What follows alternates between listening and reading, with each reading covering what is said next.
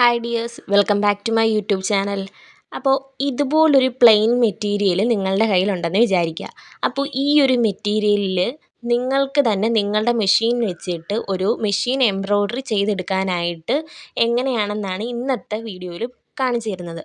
അതായത് നിങ്ങളുടെ കയ്യിലുള്ള ഏതൊരു മെഷീൻ ആയിക്കോട്ടെ, ഇപ്പം ജാക്കിൻ്റെ പവർ മെഷീൻ ആവാം, അതല്ല ഉഷ ജനോമി അല്ലെങ്കിൽ ഒരു DLX മെഷീൻ ആവാം, അതല്ലെങ്കിൽ നമ്മുടെ സാധാരണ തയ്യൽ മെഷീൻ ഉള്ളവർക്കും ഏത് മെഷീൻ കയ്യിലുള്ള ഒരാൾക്കും ഈ ഒരു നെക്ക് ഡിസൈൻ മെഷീൻ എംബ്രോയ്ഡറി ചെയ്തെടുക്കാനായിട്ട് പറ്റും. അതായത് വളരെ സിമ്പിളായിട്ടുള്ള എന്നാൽ നല്ലൊരു എലഗൻറ്റ് ലുക്ക് കിട്ടുന്ന ഒരു നെക്ക് ഡിസൈൻ എംബ്രോയ്ഡറിയാണ് നമ്മളിപ്പോൾ ഇന്നത്തെ വീഡിയോയിൽ കാണിക്കാനായിട്ട് പോകുന്നത്. അപ്പം നിങ്ങൾ ഇതുപോലുള്ള പ്ലെയിൻ മെറ്റീരിയൽസിൽ വേണം ഈ ഒരു ഡിസൈൻ ചെയ്തെടുക്കാനായിട്ട്. അപ്പോൾ ഞാനിവിടെ എടുത്തിരിക്കുന്നത് ഈ ഒരു പ്ലെയിൻ മെറ്റീരിയലാണ്.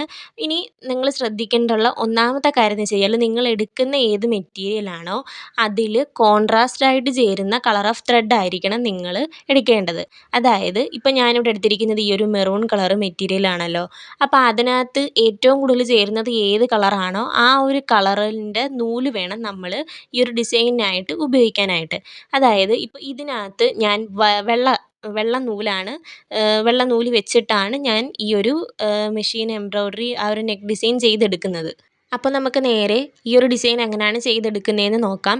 അപ്പോൾ വീഡിയോ നിങ്ങൾ സ്കിപ്പ് ചെയ്യാതെ കാണുക. കാരണം ഇതിൻ്റെ ഇടയ്ക്ക് ഞാൻ ഇത് എങ്ങനെ പെർഫെക്റ്റായിട്ട് ചെയ്തെടുക്കാം എന്നതിനെ പറ്റിയിട്ടുള്ള കുറച്ച് ടിപ്സുകളും കാര്യങ്ങളും ഒക്കെ പറഞ്ഞു തരുന്നുണ്ട്.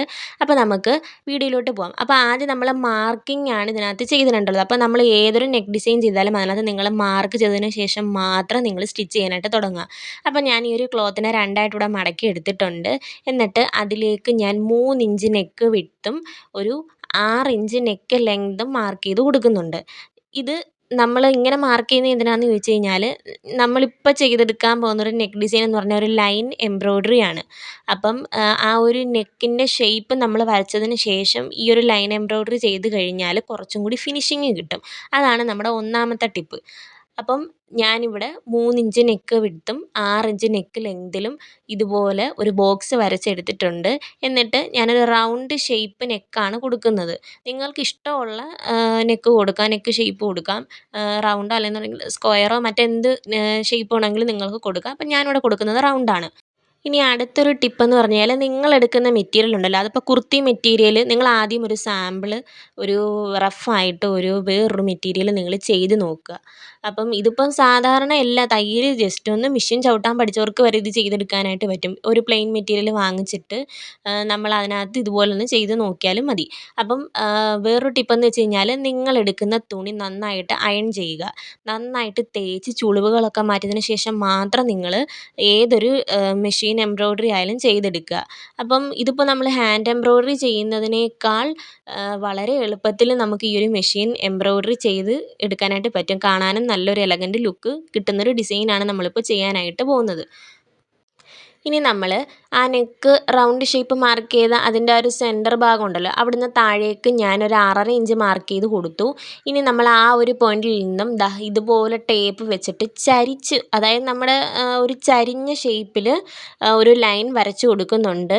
ഇതെന്തിനാണ് ഇങ്ങനെ വരയ്ക്കുന്നതെന്നുള്ളത് നിങ്ങൾക്ക് വഴിയെ മനസ്സിലാവും. ഇനി ഞാൻ പറയുന്ന കാര്യങ്ങൾ നിങ്ങൾക്ക് മനസ്സിലാവുന്നില്ല എന്നുണ്ടെങ്കിൽ നിങ്ങൾ വീഡിയോയിൽ ശ്രദ്ധിക്കുക.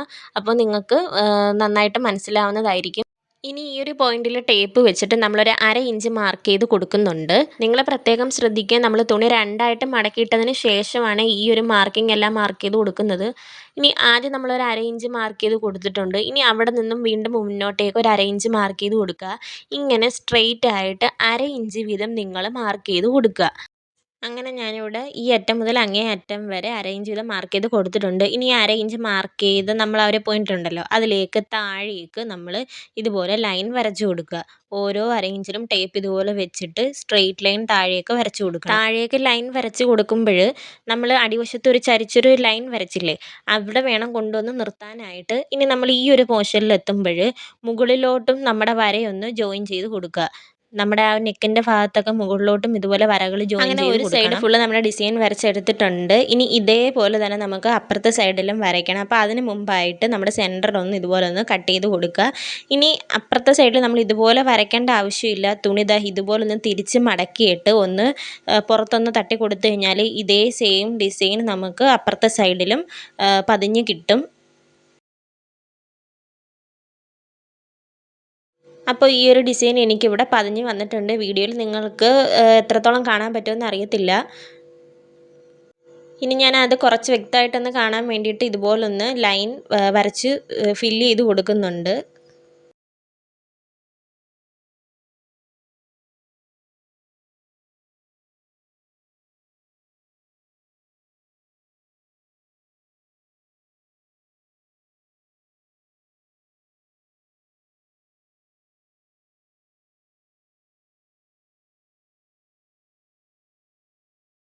അങ്ങനെ ഇവിടെ ഡിസൈൻ എല്ലാം വരച്ചെടുത്തിട്ടുണ്ട്. ഇനി നമുക്ക് സ്റ്റിച്ച് ചെയ്തത് എങ്ങനെയാണെന്ന് നോക്കാം.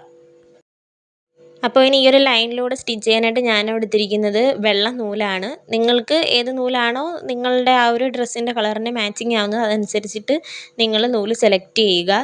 അപ്പോൾ ഞാനിവിടെ വെള്ള നൂലാണ് എടുത്തിരിക്കുന്നത്. ഈ ഒരു മെറൂൺ ഷെയ്ഡിൽ ആ ഒരു വെള്ള നൂല് വരുമ്പോൾ കുറച്ച് ഭംഗിയായിരിക്കും കാണാൻ വേണ്ടിയിട്ട്. അങ്ങനെ ഞാനിവിടെ സ്റ്റിച്ച് ചെയ്ത് തുടങ്ങുവാണ്. അപ്പം നിങ്ങൾ തുടങ്ങുമ്പോഴും ലാസ്റ്റ് സ്റ്റിച്ച് നിർത്തുമ്പോഴും കെട്ടിട്ടിട്ട് വേണം നിർത്താൻ. അപ്പോൾ ദാണ്ട് ഞാനിവിടെ തുടങ്ങിയപ്പോൾ കെട്ടിട്ടിട്ടാണ് തുടങ്ങിയത്. ഇനി ലാസ്റ്റ് നമ്മൾ ആ ചരിഞ്ഞ ആ ഒരു ലൈൻ വരച്ച ആ ഒരു പോയിന്റ് ഇല്ലേ, അവിടെ വരുമ്പോഴും നിങ്ങൾ ഇതുപോലെ കെട്ടിട്ടിട്ട് നിർത്തുക. ഇതേപോലെ ഇതേ സെയിം മെത്തേഡിൽ നമ്മൾ ഈ വരച്ചിട്ടിരിക്കുന്ന ലൈനിലൂടെ എല്ലാം സ്റ്റിച്ച് ചെയ്തിട്ട് എടുക്കുക. ഇതാ കണ്ടില്ലേ, ഇതുപോലെ നല്ല നീറ്റായിട്ട് തന്നെ നമ്മൾ ആ ഒരു സ്റ്റിച്ച് ചെയ്തെടുത്തിട്ടുണ്ട്.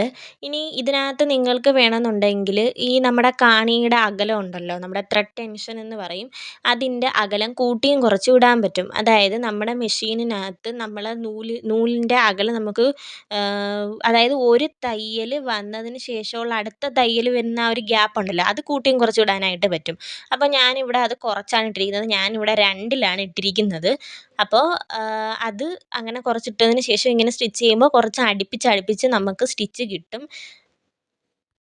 ഞാനിവിടെ ജാക്കിൻ്റെ പവർ മെഷീനിലാണ് ഇപ്പോൾ ഈ ഒരു ഡിസൈൻ ചെയ്തെടുക്കുന്നത്. നിങ്ങളുടെ കയ്യിലുള്ള ഏതൊരു മെഷീനിലും നിങ്ങൾക്ക് ഇതുപോലെ ചെയ്തെടുക്കാനായിട്ട് പറ്റും.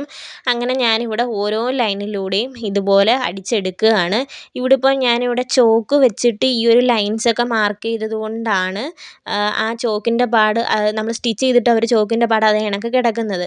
നിങ്ങൾ ഇതുപോലെ ചോക്ക് വെച്ചിട്ട് മാർക്ക് ചെയ്യുക. അതല്ലാന്നുണ്ടെങ്കിൽ നിങ്ങൾ പെൻസിലോ മറ്റെന്തെങ്കിലും കൊണ്ട് നിങ്ങൾ ഇതുപോലെ മാർക്ക് ചെയ്യുക. പേന വെച്ചിട്ട് മാർക്ക് ചെയ്യാതിരിക്കുക. കാരണം പേന വെച്ചിട്ട് മാർക്ക് ചെയ്താൽ നമുക്കൊന്ന് തെറ്റിയാൽ തന്നെ ഒന്ന് മായ്ച്ച് കളയാനായിട്ട് പറ്റത്തില്ല. അപ്പോൾ ഇതേപോലെ ചോക്കോ മറ്റെന്തെങ്കിലും വെച്ചിട്ട് നിങ്ങൾ വരച്ചതിന് ശേഷം ഇതുപോലെ സ്റ്റിച്ച് ചെയ്യുകയാണെന്നുണ്ടെങ്കിൽ ഈ ചോക്ക് നമ്മൾ തുടച്ച് കളയുമ്പോൾ അതങ്ങ് പൊക്കോളും.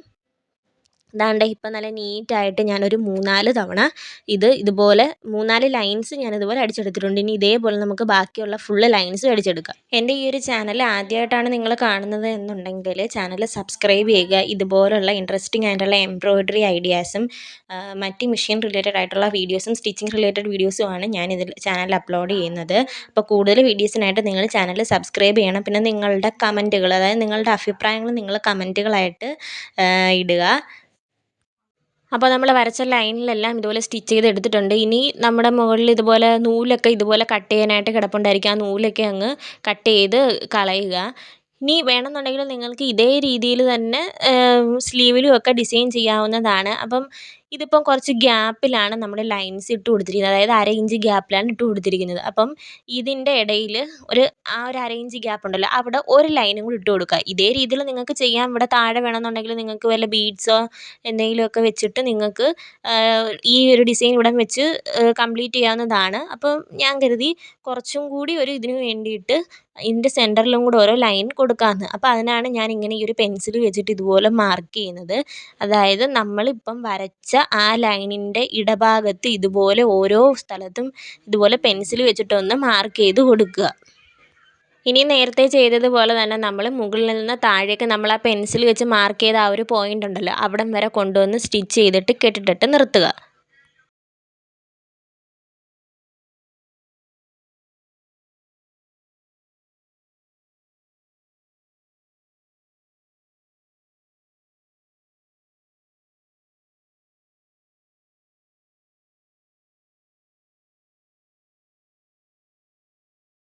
അങ്ങനെ ഇതിവിടെ ഫുള്ള് കംപ്ലീറ്റ് ചെയ്ത് എടുത്തിട്ടുണ്ട്. ആദ്യമായിട്ട് കിടക്കുന്ന ഈ നൂലൊക്കെ ഇതുപോലെ ഒന്ന് കട്ട് ചെയ്ത് കൊടുത്തിട്ട് നമുക്കിത് നല്ല ഫിനിഷിംഗ് ആയിട്ട് ചെയ്തെടുക്കാം. ഇപ്പോൾ ദേ നല്ല രീതിയിലാണ് നമുക്ക് സ്റ്റിച്ചൊക്കെ കിട്ടിയിരിക്കുന്നത്. അപ്പോൾ നമ്മുടെ സ്റ്റിച്ചിങ് എല്ലാം കഴിഞ്ഞിട്ടുണ്ട്. ഇനി ഇതിൻ്റെ ആ ഒരു താഴ്വശം ഉണ്ടല്ലോ, അവിടെ നമുക്ക് വേണമെന്നുണ്ടെങ്കിൽ നിങ്ങളുടെ കയ്യിലുള്ള ബീഡ്സോ അല്ലെന്നുണ്ടെങ്കിൽ ഏതെങ്കിലും സ്റ്റോണുകളോ സീക്വൻസോ എന്തെങ്കിലുമൊക്കെ ഉണ്ടെന്നുണ്ടെങ്കിൽ താഴെ വെച്ച് കൊടുത്തു കഴിഞ്ഞാൽ നല്ല ഭംഗിയിൽ കിട്ടും. അങ്ങനെ ഞാനിവിടെ താഴ്ഭാഗത്ത് നമ്മുടെ മുത്താണ് പിടിപ്പിച്ച് കൊടുത്തിരിക്കുന്നത്. അപ്പോൾ നിങ്ങൾക്ക് മുത്തോ മറ്റെന്ത് വേണമെന്നുണ്ടെങ്കിലും ഇതുപോലെ ചെയ്ത് കൊടുത്തു കഴിഞ്ഞാൽ നല്ല ഫിനിഷിങ്ങിൽ കിട്ടും. ഞാനിപ്പോൾ ഇവിടെ മുത്താണ് കൊടുത്തിരിക്കുന്നത്. ഇതേ സെയിം മെത്തേഡിൽ നിങ്ങൾക്ക് സ്ലീവ്സിലും ഇതേ ഡിസൈൻ തന്നെ കൊടുക്കാവുന്നതാണ്. അപ്പോൾ ഈ ഒരു നെക്ക് ഡിസൈന് നിങ്ങൾക്ക് ഇഷ്ടപ്പെട്ടാലും നിങ്ങൾ എൻ്റെ ചാനൽ സബ്സ്ക്രൈബ് ചെയ്യുക, വീഡിയോയ്ക്ക് ലൈക്ക് ചെയ്യുക, കൂടാതെ നിങ്ങളുടെ അഭിപ്രായങ്ങൾ കമൻറ്റ് ചെയ്യുക. ഇതൊരു കറക്റ്റ് ഒരു ഡാർക്ക് മെറൂൺ കളറാണ് ഈ ഒരു തുണി. ഞാനിപ്പോൾ ഇവിടെ റെഫറൻസ് ആയിട്ട് ഒരു ചെറിയ ക്ലോത്ത് എടുത്തിട്ടാണ് ഇത് നിങ്ങൾ ചെയ്തത്. നിങ്ങൾ ഒരു കുർത്തിയുടെ മെറ്റീരിയലിലൊക്കെ ഇത് കണക്ക് ചെയ്യുമ്പോൾ ഇത് കണക്ക് ചെയ്തിട്ട് സ്റ്റിച്ച് ചെയ്തൊക്കെ ഇട്ട് കഴിഞ്ഞാൽ നല്ല ഭംഗിയായിരിക്കും കാണാൻ. ഇതുപോലെയൊക്കെ ഇരിക്കും, ഈ ഫോട്ടോസിൽ കാണുന്നത് പോലെയൊക്കെയുള്ള രീതിയിലിരിക്കും. അപ്പോൾ ഇന്നത്തെ വീഡിയോ ഇത്രയേ ഉള്ളൂ.